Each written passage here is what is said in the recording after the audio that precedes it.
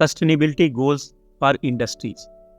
जैसा कि last video में हमने बात किया था कि पेरिस रोड मैप, जो पेरिस कन्वेंशन हुआ था 2015 में, उसमें 17 नंबर ऑफ गोल्स को लिया गया था और इंडस्ट्रीज़ को भी इन 17 नंबर ऑफ गोल्स को अपने जो सस्टेनेबिलिटी का जो प्रोसेस है उनका, या सस्टेनेबिलिटी का जो टारगेट रखा है, उससे कैसे इन 17 नंबर ऑफ गोल्स को अचीव कर सकते हैं। तो उसके लिए कुछ पॉइंट्स है जिस पे इंडस्ट्रीज़ को वर्क करना चाहिए। जैसे पहला है dynamic economic strength and innovation. जो इकोनॉमिक स्ट्रेंथ और इनोवेशन के थ्रू इसको डायनेमिक रखना चाहिए, मतलब आगे बढ़ाते रहना चाहिए। जैसे इसमें है sustainable profitability bye effective management of resources and process. जो भी रॉ मटेरियल्स अवेलेबल है उसका मैक्सिमम यूटिलाइजेशन, और इस वे में करना चाहिए कि रिसोर्सेज का लॉसेस नहीं हो और जितना ज़्यादा से ज़्यादा हो सके हम रिसोर्सेज को कंजर्व कर सके और मिनिमम यूटिलाइजेशन उसका करें। उसको वेस्ट नहीं करना है हमको, जितना हमारा रिक्वायरमेंट है उतने ही रिसोर्सेज को यूज करना है। प्रोसेस को ऑप्टिमाइज करना है और ऐसा प्रोसेस इफेक्टिव तरीके से इम्प्लीमेंट करना है कि हमारा जो सिस्टम है वो सस्टेनेबल बना रहे। इम्प्रूवमेंट की बात करें तो कंटिन्यूअस इम्प्रूवमेंट होना चाहिए, चाहे वो प्रोडक्ट हो, सर्विसेज हो। इसके लिए हमें हमेशा इस तरह की प्लानिंग करते रहना है कि जिससे इम्प्रूवमेंट्स के, इनोवेशंस के प्रोजेक्ट ज़्यादा से ज़्यादा लिए जाएं और इस पे वर्क किया जाए। ग्रीन सर्टिफिकेशन की अगर बात करें तो ग्रीन प्रो, ग्रीन को और ISO सर्टिफिकेशन, ये क्या है, सिस्टम को एक इस्टेब्लिशमेंट देता है, एक प्रॉपर वे देता है जिससे हमारा सिस्टम प्रॉपर तरीके से काम करता है। इसके बाद अगर बात करें तो excellency in occupational health and safety. Zero harms का जो टारगेट है इसको अचीव करना है। जीरो हार्म्स का टारगेट कैसे अचीव होगा? जब अनसेफ एक्ट और अनसेफ कंडीशंस, इन दोनों को दूर किया जाए, ट्रेनिंग दी जाएगी, अवेयरनेस दिया जाएगा, तो ऑक्यूपेशनल हेल्थ की जो एक्सीलेंसी है या सेफ्टी में जो एक्सीलेंसी है वो अचीव कर पाए। थर्ड है reducing our environmental footprints. Environmental footprints को कैसे रिड्यूस करना है? रिडक्शन कहाँ करना है? रिड्यूस कार्बन फुट, जो CO2 का इमिशन हो रहा है, जो ग्लोबल वार्मिंग, क्लाइमेट चेंज के लिए रिस्पॉन्सिबल है, उसको रिड्यूस करना है।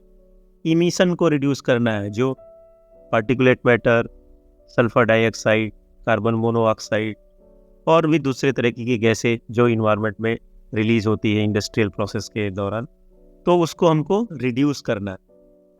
अगर वाटर की बात करें तो स्मार्ट वाटर कंजप्शन की बात की जाए, जितनी ज़रूरत हो उतना ही वाटर को कंज्यूम किया जाए। जीरो लिक्विड डिस्चार्ज मेंटेन किया जाए, मीन्स जो भी इफ्लुएंट जनरेट हो रहा है प्लांट प्रीमाइसेस में, कॉलोनीज में, उनका प्रॉपर ट्रीटमेंट किया जाए और ट्रीटमेंट के बाद उस वाटर को फिर से प्लांट प्रोसेस में इस्तेमाल किया जाए और जीरो लिक्विड डिस्चार्ज मेंटेन किया जाए। मीन्स जीरो लिक्विड डिस्चार्ज का मतलब है कि बाहर प्लांट बाउंड्री से कुछ भी एक बूंद भी पानी बाहर नहीं निकलना चाहिए। वाटर मैनेजमेंट प्लान इम्प्लीमेंट करना चाहिए जहाँ पे वाटर स्कैरसिटी है, और वाटर पॉजिटिविटी को अचीव करना चाहिए। वाटर पॉजिटिविटी मीन्स जितना वाटर हम कंज्यूम कर रहे हैं उसके कंपेयर हम कितना वाटर को हम कंजर्व कर रहे हैं थ्रू रेन वाटर हार्वेस्टिंग या किसी और वे से। इसके बाद है कंजर्वेशन ऑफ बायोडाइवर्सिटी। बायोडाइवर्सिटी के कंजर्वेशन के लिए हम बायोडाइवर्सिटी मैनेजमेंट प्लान बना सकते हैं। पॉजिटिव बायोडाइवर्सिटी इंडेक्स, जो कि माइनिंग एरिया में हमको अचीव करना है कि बिफोर माइनिंग क्या वहाँ का बायोडाइवर्सिटी स्टेटस था, आफ्टर माइनिंग क्या बायोडाइवर्सिटी स्टेटस हो गया, तो उसको हमको अचीव करना है। इसके बाद बात करें सर्कुलर इकोनॉमी, तो सर्कुलर इकोनॉमी में to conserve natural resources by continuously increasing the use of alternative fuels and raw materials. तो जो अल्टरनेटिव फ्यूल्स हैं उनको ज़्यादा से ज़्यादा इस्तेमाल करना है, रॉ मटेरियल्स जो है अल्टरनेटिव उनको इस्तेमाल करना है। जैसे सीमेंट इंडस्ट्री में देखा जाए तो स्लैग है, रेड मड है, ये अल्टरनेटिव रॉ मटेरियल्स है। अल्टरनेटिव फ्यूल्स में देखा जाए तो डोमेस्टिक वेस्ट है, इसके बाद आपका प्लास्टिक वेस्ट आता है, रेसिडुअल वेस्ट आता है, बहुत सारे प्लांट प्रोसेसेस से निकलने वाले वेस्ट हैं जिनको भी अल्टरनेटिव फ्यूल्स के रूप में यूज किया जा सकता है, जैसे स्लज वगैरह निकलता है। इसके बाद है एनर्जी इफिशिएंसी को बढ़ाना है, किसी भी मोटर में, किसी भी मशीन में एनर्जी कंजप्शन को रिड्यूस करना है, क्योंकि अगर एनर्जी कंजप्शन रिड्यूस होगा तो पावर जनरेशन के लिए जो हम कोयला खर्च कर रहे हैं उसमें भी कमी आएगी और एक तरह से नेचुरल जो रिसोर्सेज है वो कंजर्व हो।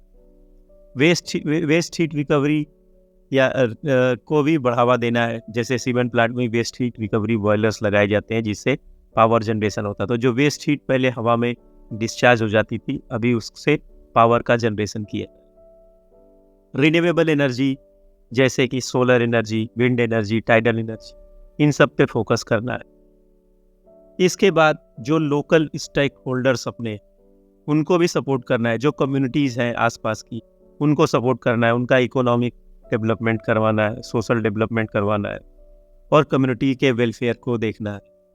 इसके बाद इंश्योरिंग कंप्लायंस के पार्ट जो है, जो भी नेशनल इंटरनेशनल जो कंप्लायंसेस है, जो रूल रेगुलेशंस है, उसको अपने को कंप्लाई करना है। और इसके अलावा जैसे human rights, anti corruption, labour standards, इन सब को भी, इनका जो भी internal control, risk management system और सप्लायर कोड ऑफ कंडक्ट, ये सारी चीज़ें जो है इम्प्लीमेंट करके हमको इन सब चीज़ों को भी फॉलो करना है ताकि हमारा ह्यूमन राइट्स, एंटी करप्शन और लेबर स्टैंडर्ड्स जो है उसको हम अचीव कर सकें।